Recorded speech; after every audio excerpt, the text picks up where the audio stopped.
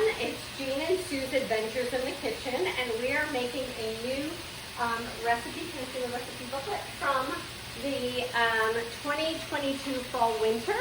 It is called Honey Sriracha Chicken. It's with our new Sriracha rub. You guys are going to love it on wings, but this is a great recipe that uses boneless, skinless thighs, salt, pepper, onions, peppers, broccoli, garlic, and then we're going to make a sauce to go over that. So we started out with we actually deboned our own thighs, and we are sauteing them with a little salt and pepper on them in 2 different pans, just because we're going to do one a little bit hotter than the other with the Sriracha sauce. We cut the chicken thighs into thirds to make it bite-sized, so it's more like a stir-fry one. And we did a whole head of broccoli here, which we're going to be adding in shortly. So let me just set the timer for the other side of that other chicken. You're going to cook the, hold on, I hit timer instead of cook. There we go. You're going to use the onions and the peppers and the garlic. We're going to do the onions and the peppers for about 3 minutes, then we're going to add the garlic in for the last minute, and then we're going to make our sauces that are going to go inside, which is going to have honey and soy sauce as well.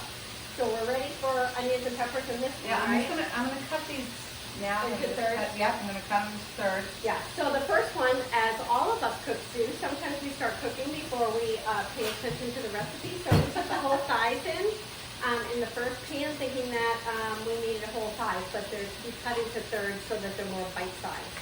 So we cooked 5 minutes per side, and now we're going to finish the cooking with some onions, some peppers, and some garlic. So I'll be putting it into both. I'm going to stick this in so we can start cooking. And we'll put the bigger amount in the bigger pan. And we're going to use our garlic crust today for our garlic. It's 1 clove of garlic, so we have 1 in each of our hoppers here. And if you guys aren't aware, Pampered Chef makes a replacement part for the Barbie hairbrush, is what I call this. This is the cleaning tool for the garlic crust. It will scoop the skins of your garlic out, and then the hairbrush part goes in to clean it before you either hand wash it or dishwasher it. And it has a nice little spot here for you to keep it on. Now, you don't need to peel your garlic for Pampered Chef, but if you have arthritis in your thumbs, peel your garlic or just cut the ends off of it, and it'll make it so that it's easier to squish. So what you do is you squish your garlic, then you take your cleaning brush and you scrape the garlic off, and then you'll see what's left. If you can use the little hook and grab what's left over of the garlic, and you can just put that into the crack. So we're just going to put this here, and we're going to do the other pan in a minute. So we've got rice going as well. You can do rice in a rice cooker, or you can do it in one of our stock pots, whatever works for you. Our rice cooker is 5 minutes on high power and 15 minutes on half power. And once Jean stirs this, she's going to give us some instructions on our sauce. So the first sauce we're going to make is with cornstarch and water. So you want to use cold water with cornstarch, just so you know, because warm water won't allow the cornstarch to dissolve. So we put it in our 1 cup prep bowl. These come with white lids, and by the way, don't forget to add your lids to your replacement part list if you're missing some lids from the 1 cup, 2 cup, or 3 cup. So I'm going to go ahead and put in 2 tablespoons, so it's equal amounts. And then we're just going to stir this together, and we're just going to make it till it gets completely dissolved. That's what you're looking for. And this will make the sauce, when we're all done with it, nice and thick, so it kind of gives it a gravy or a nice roux to it.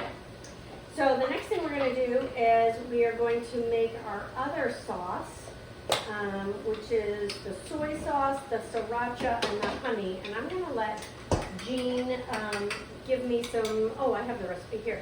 Yep. So why don't you take that? Yeah, perfect. I'll take this. All right. You just tell me, is it 2 tablespoons of soy? It is, let's see here, 2 tablespoons of cornstarch. Hold on a minute, let me find it here. Come on, seasoning and soy sauce. So right up here, 1 tablespoon of the honey sriracha, Okay. 1 tablespoon of the soy sauce, Okay. and a 1/4 cup of honey. Okay, great. So, we have Dave videoing us, and he has been a photographer. He's been our best photographer here. I should tell you, he's been great. So, what we are going to do, though, is to save dishes for Dave. Instead of using another 1 cup prep bowl, I'm going to show you guys a trick. So, you see that we have our 1/4 cup in our measure-all cup here. So I'm just going to pull the measure-all cup. Now that I know that I have the right amount of honey, I'm just going to pull it down more so I can stir in it, and we won't add more. So I do need to just rinse and dry my measuring because I was afraid, thank you, that Do you need tablespoons or? I think it's tablespoon of sriracha. We'll double check. And So it is actually 1 tablespoon of honey sriracha and Yep. 1 tablespoon of the sodium-free soy sauce. soy sauce. So you can do gluten-free, sodium-free. You can do coconut aminos if you prefer. I would do the sriracha first Yes, because it's dry. Yes. So would I. You'll notice that our measuring spoons are designed to fit inside your bottles, which I think is really great. Sometimes you have square bottles and they're hard to get into, and this is definitely an easy way to do that. And then we're just going to do a tablespoon. Now, when you're using liquids with the Pampered Chef measuring spoons, if you just push down a little bit on the measuring spoon, it will keep liquid at the right measurement without going underneath the slide handle. And these go from 1 teaspoon, like this, all the way up to 1 tablespoon. And then this goes from 1/8 of a teaspoon all the way up to 1 teaspoon. And for cleaning, all you have to do is pull them apart, throw them in the dishwasher or in your sink. All right, so we have this all set. Now, Jean, what's next? Do we add the broccoli, I think? So we're maybe? combining the seasoning, soy sauce, honey, and lime juice. So we're going to take a half a cup, a half a lime juice, and we're going to use the citrus press, and we're going to press the lime. All right. So you'll notice I put the lime in upside down, or what would appear upside down. That's because you want to invert the lemon, lime, or clementine, and you're going to get about 1/4 of a cup of juice out of 1 lime, and none of the seeds come out. So we use the zest of this lime before dinner, and if you're not using it in a key lime pie like we were doing, you can just freeze it and use it in your baking later. Okay, now what? All right. So we're going to combine the seasoning, pour the sauce over the chicken and vegetables, and reduce the heat to medium and bring to a simmer.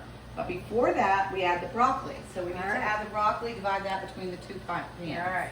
So we have these in the store. Yes, the glass storage containers. And by the way, those are leak-proof, meaning that you can take soup to work, or you could bring cereal or milk in it, and nothing is going to leak out of it. They have a silicone seal to them, and they are dishwasher safe. And if by some reason your silicone seal gets dirty, you can just take a knife, just so you know.